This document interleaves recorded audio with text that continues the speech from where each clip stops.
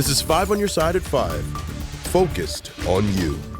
Tonight we're dealing with some colder temperatures along with gusty winds and rain. The cold is going to stick around for the next few days. Thanks so much for joining us. I'm Kelly Jackson. And I'm Mike Bush. Some areas have even seen a wintry mix today.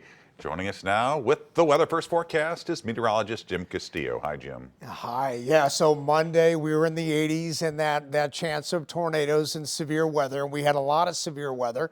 And then today 40s, 46 for that high. We've had areas of sleet, also grapple, which is soft hail, and maybe a couple snowflakes mixing in. But for the most part, it's been this cold rain that's on our cameras here and looking right at Interstate 70, which continues wet.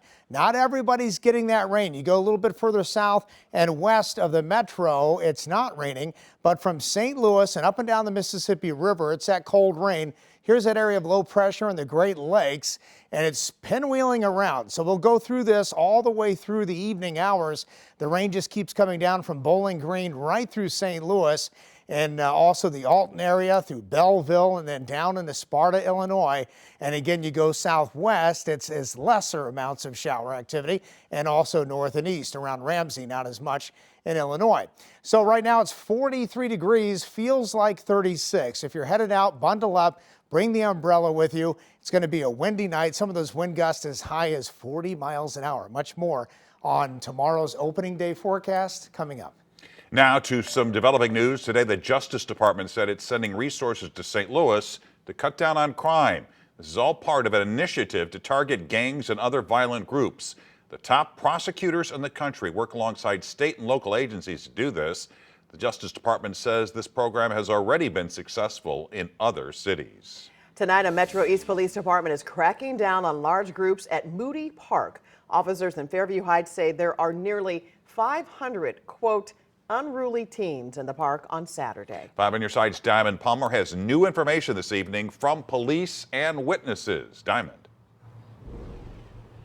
Mike and Kelly, Fairview Heights Police Department says those teens were inside of Moody Park for nearly 2 hours. Police say those teens were loud and using illegal substances. Neighbors who witnessed their group of teens say they just thought it was an Easter egg hunt. Now today, police did tell us that they've had issues with Moody Park in the past, and they say now they're implementing a zero tolerance policy. The department says they will arrest teens and parents for failing to supervise their children if they need to next time. Police say hundreds of teens showed up to the park and some of them were getting ready to fight. As a result, the park was closed early and 150 of the teens didn't have a ride home. Police confirmed those teens went to multiple communities and caused problems. This week, the department says they'll heighten security and have new license plate readers with surveillance cameras. Neighbors who witnessed the situation say the park is mostly peaceful. Well, it looked like for us, it was just a big gathering of folks over at the park, which is pretty typical this time of year when you have a nice day. And about an hour or two later, heard some crowd noise, just figured it was an Easter egg hunt. And we were back out looking over and saw a bunch of folks running towards the west side of the park. And that's when soon after we started hearing the sirens. Fairview Heights Police Department says there was another gathering here at Moody Park several weeks ago where some of those teens that were here at this park ended up in a shooting of 2 people. They also say some of those teens were involved in a shooting on Interstate 64. Reporting live here in Fairview Heights, Diamond Palmer, 5 on your side. A man convicted in a crash that left a Tennessee teen without legs is asking for a new trial. A jury found Daniel Riley guilty last month. His charges are related to the crash that injured Janae Edmondson last year in downtown St. Louis. Riley's lawyers say evidence that fentanyl and codeine were in his system should not have been presented as evidence since he wasn't on trial for those crimes. He will be sentenced later this month. A Warrenton family lost everything this week when lightning hit their home. Now loved ones and close friends are hoping to help the family in Warren County. Justina Cornell joins us live from the Warren County Fire Protection District. Such a heartbreaking story for this family. It was that powerful storm Monday evening, which had a ton of lightning, and fire crews arrived and responded to the home on the 2300 block of Post Oak Drive. Now, the picture that will be on your screen is actually what it looked like at the height of the fire at the 2-story home. Fortunately, the Millers were able to get out and are staying across the street with family. The Warrenton fire chief tells me lightning hit the home and ignited the propane tank near the house. When fire crews arrived before 10 that evening, they say a fire in the basement was under control and crews left at midnight. However, fire crews returned to the scene 5 hours later. They aren't sure what caused the fire to reignite, but now the home is a total loss.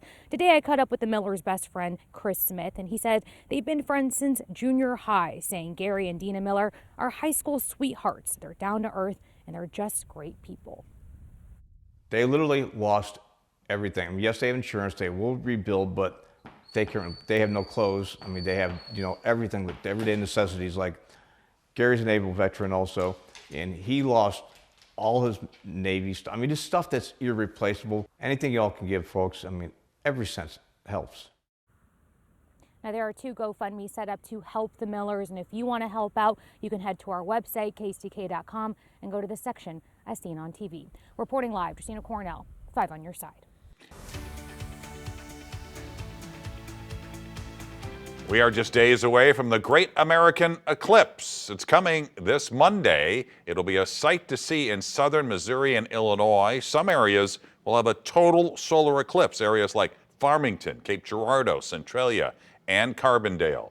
These towns and many others throughout the path of totality are preparing for an influx of visitors from around the world. Oh yeah, 5 on your side. Holden Crew Wiki spent the day in Carbondale recently, where as many as 50,000 people are expected. So Holden, how does a town of about 26,000 accommodate all those people? That's a really good question, Kelly. But city leaders in Carbondale and Southern Illinois University actually started working on plans over a year ago, but they're leaning heavily on their experience from the 2017 eclipse. Since most hotels and Airbnbs have been fully booked for over a year, the city is opening up Evergreen Park for those who want to camp outdoors for this celestial event, and have partnered with cell providers to install mobile towers that will improve service. Those coming in from out of town can check out a closed down Carbondale strip, which will feature live music, art vendors, and food trucks. If that's a little too crowded for you, though, NASA is live streaming multiple angles of the eclipse on the video board at Saluki Stadium to make sure no one misses the moment of totality, no matter what the weather looks like. While it seems like they may have everything covered, they want to make sure visitors keep one thing in mind. Traffic is going to be gridlocked, so there's no way, there's no way to overcome that. We only have X amount of roads, so just stay for a few extra hours, eat, hike, take it in, go to the wineries, and then leave with empty roads. For those hoping to beat the traffic, Amtrak is offering multiple trains in and out of town throughout the weekend, including Monday. I'll have more on what you can expect in Carbondale coming up at 6 o'clock. Kelly? All right, thanks, Holden. And 5 on your side, we'll have live team coverage along the path of totality this coming Monday, April 8th. You can watch our special between 1 and 2:30 on air and on the 5+ streaming app. And for everything you need to know about the eclipse, just text the word eclipse to 314-425-5355, and we will send you a link with that info. Coming up, a massive search tonight in Taiwan after an earthquake. Why the situation is expected to get even worse. Spring is here, and so are ticks. Why doctors are sounding the alarm. Plus, the simple steps you can take now to save for the future.